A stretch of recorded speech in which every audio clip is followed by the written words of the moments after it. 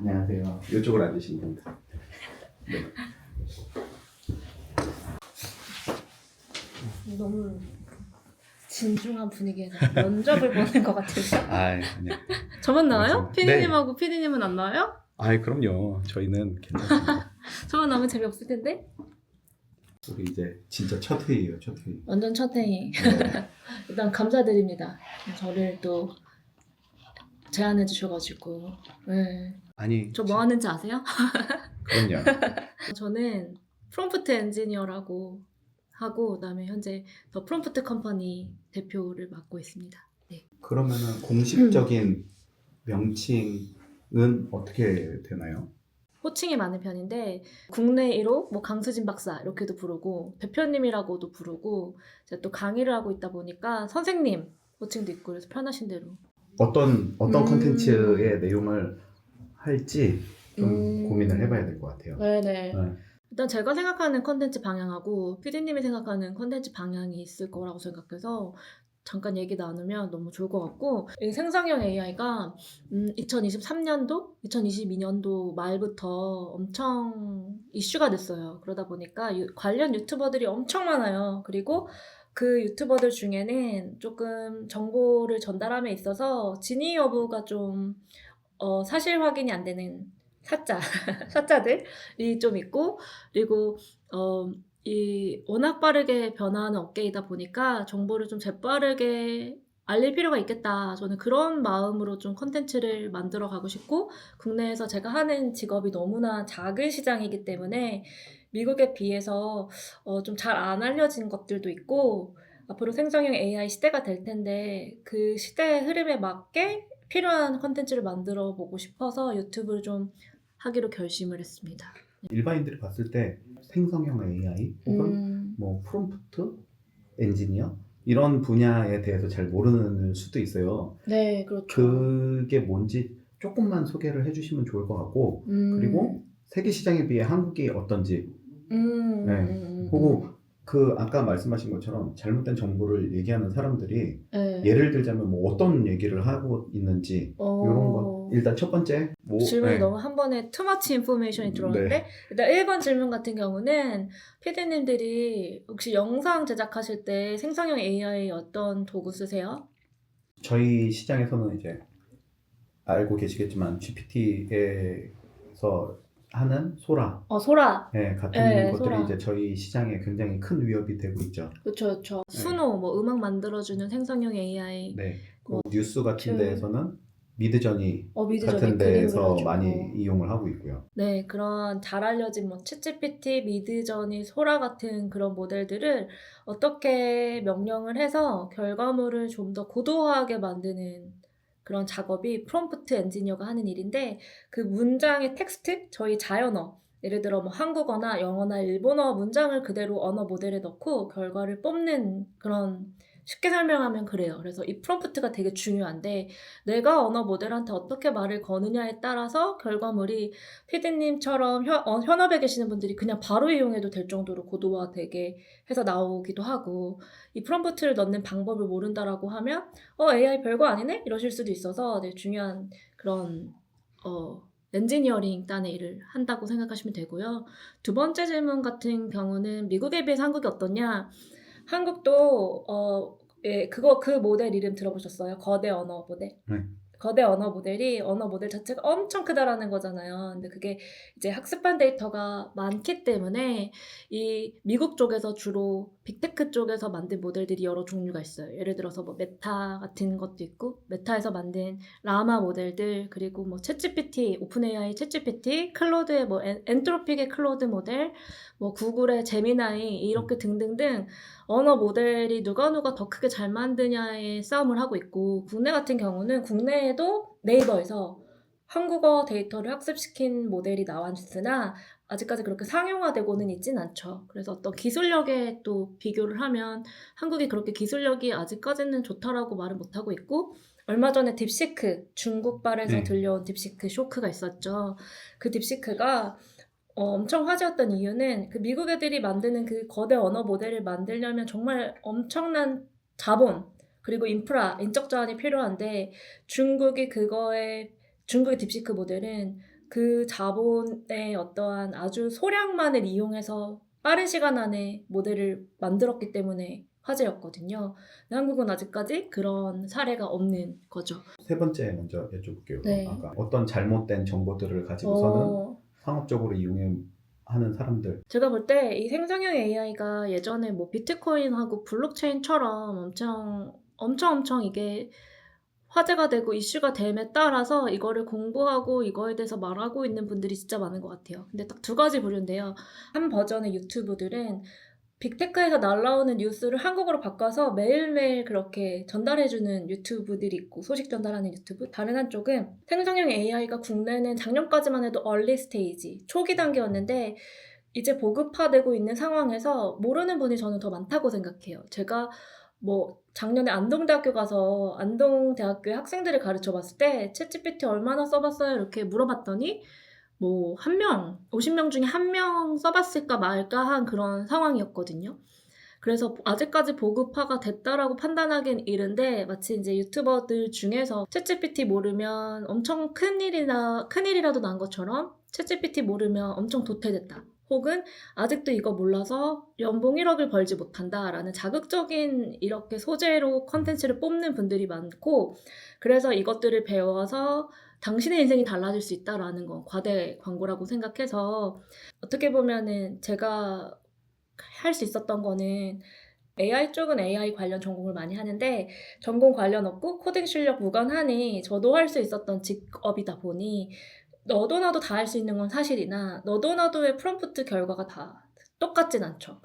그래서 제가 업을 해본 결과 이건 진짜 공부를 정말 많이 해야 되고 전문적인 일을 하고 있는데, 다소 유튜브들이 생산하는 양산하는 어떠한 콘텐츠 결과가 이거 원데이 클래스 들으면 배울 수 있어, 너도 할 수 있어 라는 식의 그런 것들의 콘텐츠들이 많기 때문에 팩트 체크가 좀 안 된 정보도 나르는 경우도 많이 봤었고, 그래서 제가 할 수 있으면 가급적 팩트만을 중심으로 좀 쉽게 이 생성형 AI를 일상생활에 활용할 수 있는 방법들, 그리고 전문적인 레벨에서는 이런 것들을 한다라는 컨텐츠로 좀 풀고 싶습니다.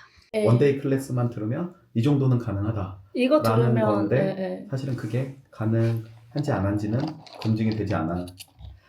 저는 가능하지 못하다라고 생각해요. 왜냐면 LLM이라는 거대 언어 모델은 활용하는 방법에 있어서 많은 여러 가지, 예를 들어 쉽게 예를 들면 왜 아이 때 레고를 저희가 선물을 받았잖아요. 누구나 한 번쯤은. 근데 레고를 조합하는 방식이 몇 가지예요. 엄청 많은데 한 가지 방식만으로 오늘 원데이 클래스에서 이 방법으로 하세요, 뭐 공식처럼 가르쳐 주면 그걸 가지고서 활용하는 거는 한계가 분명히 있다라는 거죠. 근데도 그렇게 하면서 돈으로 벌어먹고 사는 사람들이 이제 존재하고 아예 필요하진 않은 것 같긴 해요. 그렇게라도 생성형 AI를 접하고 리터러시 교육을 받으면 내가 이 생성형 AI를 가지고 혁신일 수 있는 까닭은 업무에 있어서 조금 더 편해지고 내 생산성의 시간이 향상되기 때문인 건데, 그렇게 해서 기초교육을 받은 거지만 이걸 가지고 내 인생이 달라진다 뭐 이런 것들은 과대 광고라고 저는 생각하고 있어요. 왜 우리나라는 못할까요?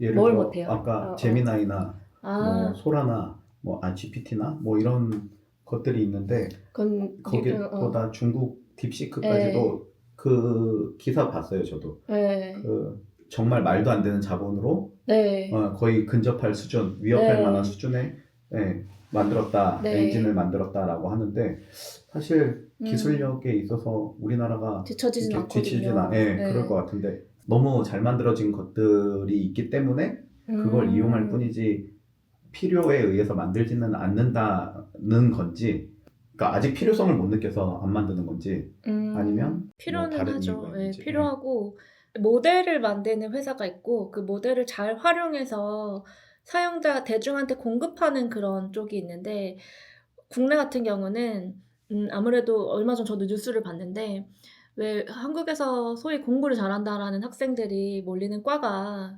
공대가 아닌 의대잖아요. 그런데 중국 같은 경우는 그런 AI 관련 인재를 양성하기 위해서 공대에 투자를 많이 하고 수학을 가르치고, 수학도 주입식의 그런 수학, 답만 잘 맞추는 수학이 아니라 창의력 수학. 그래서 왜 그 문제는 뭐를 풀어야 되고 어떤 해결책을 할 수 있고 이거에 푼다는 의미는 뭐지? 라는 그런 논리력 수학을 하게 하는 거에 있어서 중국이나 미국이나 기타 나라들은 그런 식의 교육을 하고 있는데 국내 같은 경우는 다소 이제 교육 방식에 있어서의 그런 문제도 있을 수도 있고요. 그다음 아무래도 좀 창의적인 사고가 좀 많이 부족한 것 같아요. AI를 제가 해보니 프롬프트 그 뭐 영상 하나 만약 지브리 스타일의 영상을 만들어야 되는데 그거를 만들 때 백지 상태에서 만들어야 되거든요. 그럼 내가 문장을 막 넣어서 지브리가 어떻지? 지브리의 음악은 어떻지? 느낌은 어떻지? 색깔은 어떻지? 라고 자꾸 이렇게 창의적으로 만들어 가야 되는데 국내에 계신 분들이 생각보다 이걸 많이 못해요. 그러니까 블랭크 신드롬이라고 하는데 제로에서 뭘 시작하게 한다는 거에 있어서 부담감을 많이 갖고 있는 상황이고 근데 이거를 잘하는 국가들이 AI 관련한 모델도 더 크게 만들 수 있고 기술력이 받쳐줘서 자본도 지원을 받아서 그리고 그거를 활용하는 것도 다 저는 문제라고 이런 관련해서 어떤 창의력이나 여러 가지 복합적인 문제가 있다라고 생각해요. 스스로 생각해서 창발하는 능력, 창발이라는 단어가 되게 중요해진 시대인데 뭔가 내가 잘할 수 있는 거를 발현하는 거, 그거를 남이 어떤 타인이 한 거를 따라하지 않고 내가 만드는 거에 대한 능력이 되게 부족한 상황인 것 같아요. 이제 유튜브 얘기로 다시 유튜브 돌아가서 너무 진지한 시사 어떤- 채널인 줄? 아니 왜냐면 쇼츠를 좀 뽑아내고 네, 자기소개 네. 좀 뽑아내려면 이게 필요할 것 같아요. 제가 처음에 말씀드린 것처럼 프롬프트 엔지니어가 뭔 줄 알아? 라고 그랬을 때 제가 솔직히 말해도 어. 너무 무식해 보일 수도 있는데 어. 저 아까 처음 듣고 프롬프터 엔지니어라고 들어가지고 우리 프롬프터 프롬프터 이제 그 방송에 쓰는 네. 프롬프터. 네, 이 글씨 올라가는 프롬프터 네, 그렇죠. 프롬프터의 그래서 영상 쪽인 줄 알았군요. 그 프롬프트를 올려주는 기계가 프롬프터인데 네, 그렇죠. 네. 왜냐면 언어를 맞아. 올려주는 거긴 하니까 네. 근데 이제 사실 제가 유튜브를 처음에 이제 말씀드리면서 했던 왜 하자 그랬었냐면 너무나도 당연하다라고 생각하는 것들이 일반인들한테 않을 수 당연하지 있다. 않거든요. 학교 이쪽 관련 학과 사람들이 아닌 일반 대중. 정말 한 50대 어머니한테 피디님 같은 분들. 아주 기초에 저, 중, 고로 나눴을 때 기초에 저부터 시작해야 돼요. 그런데 그게 가장 어려워요. 네. 파이는 가장 크죠. 그러니까 완전 초보분들 대상으로 하는 게 가장 어렵고 가장 모수가 많고. 그래서 방송을 이제 저희도 녹화를 할 때 저희가 얘기를 듣고 중간중간에 여쭤볼 거예요. 이건 뭐예요? 다시 말해달라고. 두 분이서 막 LLM이 뭐 이런 얘기를 했을 음. 때 사람들은 LLM이 뭐지? 음. 물론 관련 분야 분들이 많이 들어오시니까 그거를 이해하시죠. 근데 그거 말고 그럼 뭐- 완전 타깃은 정말 그러니까 관련 분야 길거리에 계신 분들 대상이다라고 생각하면 될 것 같아요. 이제 이 채널을 보러 오시는 분들은 관련 분들이 많겠죠. 이쪽을 희망하거나 이쪽을 공부하고 있거나 이쪽이 현업인 사람들이 많겠지만 이쪽을 하고 싶어하는 사람들도 있을 거란 말이에요. 그러니까 하고 싶어하는 사람들도 봤을 때에 호기심을 느끼거나 이해를 좀 할 수 있으면 좋을 것 같다는 거죠. 그런데 그런 아주 기초적인 강의 혹은 뭐 사용법들은 시중에 유튜브 채널들이 많아요. 많기는 해요. 근데 그걸 또 한 번 할까요? 사자? 사장은 아닐 수도 있지. 그 좋은 정보를 주는 유튜버들도 그쵸. 있죠. 네. 부지런하게. 네. 제가 모셔올 게스트들은 엔지니어들도 물론 있지만 이 생성형 AI를 실무에 활용하는 다양한 도메인에 계신 분들하고 좀 얘기를 해볼 거거든요. 그래서 어떤 고민을 하고 있는지. 지금 우리나라에 네. 예를 들면 생성형 AI가 적용된 곳들이 뭐 어디가 있어요? 많죠. 네. 뭐 대기업들은 이미 작년부터 많이 적용하려고 사내에 있는 업무 자동화를 하려고 많이 하고 있고. 저희가 접한 AI는 생성형 AI. 영상을 생성하는 AI거든요. 소라가 충격이었던 게 뭐 도쿄에 비 내렸던 길거리 밤에 가죽 자켓을 입고 빨간색 립스틱을 바르고 선글라스를 낀 여자가 걷는 네온 사인이 현란한 도쿄의 거리를 걷고 있다라고 하면 그 영상이 구현되는 걸 보고 했죠. 네. 저희가 생각하는 생성형 AI는 앞에 삭제가 되어 있지만 영상 생성형 AI라고 이제 이해를 하는데 근데 아까 말씀하셨듯이 생산 뭐 아니면 기계 뭐 이런 자동화 설비 이 얘기도 하시니까 생성형 AI의 범주 범주가 엄청 넓죠. 그렇게 그냥 말 그대로 생성형은 뭔가 모델이 생성해서 만드는 결과물로 정의를 그냥 하고요.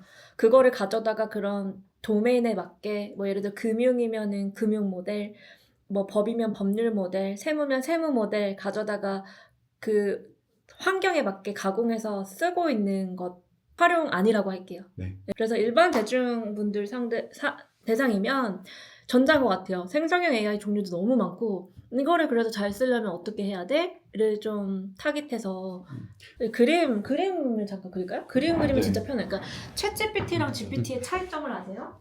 챗GPT랑 GPT는 달라요. 얘는 GPT가 있고 챗GPT인데 이 GPT가 언어 모델이에요. 얘의 소스를 가져다가 오픈AI에서 우리는 상품으로 팔아야겠다 해서 만든 게 챗GPT예요. 그래서 챗GPT, 뭐 클로드, 제미나이 이런 애들은 모델, 엄마가 되는 모델은 따로 있고 얘를 가져다 색깔에 맞게끔 만든 게 얘네 상품들이고 엔지니어링을 할 때는 이 언어 모델을 API 형태로 가져올 수가 있어요. 커스텀 해가지고 네. 그래서 보통 이제 그 딥시크 같은 경우도 딥시크도 얘 모델이 또 따로 있고 엄마가 되는 모델이 따로 있고 얘네들은 어떻게 보면 child죠. 아이들. 네. 그래서 이거에 구분하는 것들도 되게 중요한 컨셉이긴 해요. 거기에서 챗으로 하는 챗 GPT가 생길 거고 네. 혹은 소라 소라도 같아요. 거기서 파생된 그렇죠. 걔는 이제 영상 모델이고 어떻게 보면 미드저니 같은 건 이미지 모델이고 이미지 모델이. 그래서 엄마가 다 따로 있고 걔를 가져다가 프롬프트로 바꾸거든요. 시스템 프롬프트라 그러는데 GPT 가져다가 너는 이제부터 소라라는 이름을 줄 거야. 너는 뭐를 할 거냐면 사람들이 어떤 뭐 카메라 앵글에 대해서 말을 하고 장면에 대해서 말을 하면 그 장면 영상으로 뽑아줘. 그렇게 하면 이제 소라가 되는 거예요. 소라가 되는 거. 네. 컴퓨터나 휴대폰에 있는 하드웨어와 거기에서 돌아가고 있는 브레인은 GPT인 거고 그렇죠. 거기에서 네, 어플리케이션들이 나오는 이제 게 나오는 챗GPT. 챗GPT라는 거. 네, 나 챗GPT. 제미나이 뭐 혹은 소라. 네, 이제 최근에 변화가. 엄청 유행이었던 오원 프로라는 게 있어요. 챗GPT 모델 중에 그러니까 챗GPT 가입하면 플랜이 세 가지인데 하나는 그냥 무료 버전, 하나는 매달 뭐 20불, 하나는 200불. 한국 돈 하나로 하면 30만 원 정도인데 30만 원짜리를 쓰면 고성능 추론 모델을 쓸 수가 있어요. 그 모델은 또 추론 모델이냐 비추론 모델이냐로 나뉠 수가 있는데 챗GPT가 처음 나왔을 때만 하더라도 그냥 비추론 모델이었어요. 근데 왜 추론이 중요해졌냐면 이 비추론 모델들이 못하는 게 너무 많은 거예요. 거대 언어 모델이 한계가 엄청 많아서 얘를 좀 생각하게 한 거예요. 연구자들이, 기술자들이. 그런데 생각하게 하는 방식이 이 답을 내기 위해서 어떠한 추론 과정을 거쳤니? 한번 말해봐 라는 식으로 학습을 시켰더니 너무 잘하는 거예요. 어려운 문제. 예를 들어 연말 정산에 내가 세금 환급 얼마 받지? 이런 것도 해주고 예전에 못했거든요. 이런 게 바로 추론 모델인데 그래서 가격도 다양해지고 저 엄마 소스를 가져다가 쓰기 나름인 거죠. AI 엔진이 생각을 더 많이 할 수 있게끔 만들어주는 거예요. 모델이 네. 이제 유료 모델. 네, 그쵸. 얘도 유료로 쓸 수 있고 챗GPT도 추론 모델만 또 따로 빼가지고 얘를 가지고서 추론도 모델 사양이 다양해요. 왜 카메라도 사양이 되게 다양하잖아요. 최근에 O3가 가장 AGI, 이 키워드가 AGI인데 범용 인공지능 시대에 가까워지고 있다. 뭐 그런 말을 하는데 O3 미니 하이가 나오면서 예전에 안 됐던 것들이 정말 잘 되고 있어요. 그래서 계속 이런 식으로 누가 요즘 춘추 전국시대라고 표현을 해요. 모델사에서 누가 정말 좋은 추론 모델을 싸게 내놓느냐. 왜냐면 오원 프로 같은 경우는 200불인데 저는 업이니까 쓰고 있지만 일반 분들 같은 경우는 한 달에 30만 원씩 쓰는 거 좀 부담스럽잖아요. 그래서 그런데 딥시크에 같은 추론 성능을 보여주는데 때로는 오픈AI의 챗GPT보다 더 잘하고 있는데 정말 싸요. 가격이 뭐 50분의 1이에요. 그래서 딥시크가 진짜 난리였던 거죠. 재밌는 업이에요. 네. 그러면 이제 아까 말씀하신 것처럼 이제 되게 다양한 분야의 사람들이 나오실 거잖아요. 뭐 어떤 분야인지 뭐 몇 개 예시만. 생성형 AI에 저처럼 이제 업을 열심히 하고 있는 사람들을 인터뷰하는 사람들이 저는 궁금하더라고요. 그래서 기자님도 한번 모셔서 많이 만나봤을 거 아니에요. 그래서 그들이 보이고 있는 어떤 공통점들, 제가 궁금한 것들 좀 물어보고 싶고요. 그리고 AI를 잘 쓰는 활용 능력 값이 있어요. 그러니까 이론 같은 거 몰라도 실무 활용 능력자들이 있잖아요. 맞죠. 그래서 모셔가지고 예를 들어 저랑 되게 친하게 지내는 디자이너, 프로덕트 디자이너가 있는데 그분이 그냥 생성형 AI로 다 디자인을 하세요. 수정만 터치를 하시는 거 마지막 단계 혹은 기획 단계에서만 딱 잡고 근데 그것도 프롬프트로 하시거든요. 그래서 그런 거 보여드리고 작곡하시는 분들도 물론 음악에 있어서 작곡에서는 아직까지 좀 논쟁이 있죠. 이게 과연 AI의 단점은 모방. 다 들어봤던 것 같은데? 다 봤던 것 같은데? 이런 느낌? 그런데 그들이 쓸 때 어떤 도움을 받는지 뭐 이런 분들 게스트 다양하게 모셔서 그리고 아예 뭐 AI랑 전혀 관련 없는 분들한테 어떤 거 궁금한지 그 구독자 한 분 모셔가지고 질문을 해소하는 시간도 재밌지 않을까? 이제 GPT가 생겼을 때 AI 엔진이 생기고 나서 영상 분야는 그나마 사실 자동 편집 정도 인지를 할 수 있는 자동 편집 대신 저희는 감정이라는 분야가 있기 때문에 사실은 이제 AI가 대체를 못한다 이런 이슈들이 되게 많았거든요. 텍스트도 똑같아요. 근데 감정은 대체 네. 못하죠. 회계사, 변호사, 도메인 전문직들 숫자를 다루거나 예. 정보를 다루는 법률. 직종들에서는 이제 이 직종이 위기다. 왜냐면 맞아요. 회계사가 아무리 열심히 해도 뭐 예를 들어 음. 야 여기서 이 장부 다 비교해가지고 이중장부 혹은 돈이 새는 데가 있는지 없는지 체크해줘.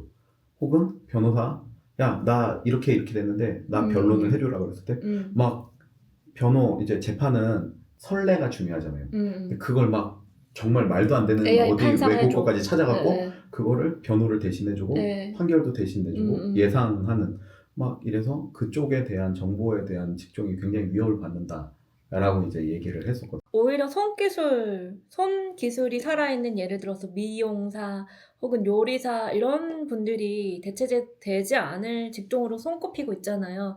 근데 그럼에도 도메인 전문가들이 만 할 수 있는, 그러니까 사람이 할 수 있는 영역이 따로 존재하고 AI가 잘하는 자동화 영역이 존재하는데 그렇다면 지금부터 고민해봐야 될 것들은 이 AI는 거스를 수 없는 어떤 시대의 흐름인데 얘를 어떻게 잘 사용을 해서 내가 하고 있는 일을 더 잘할 수 있는지 더 편하게 할 수 있는지를 고민해 봐야 하는 것 같고 그렇기 때문에 리터러시가 필요한 것 같아요. 이 교육 리터러시. 저는 그런 관점에서 설명을 많이 해요.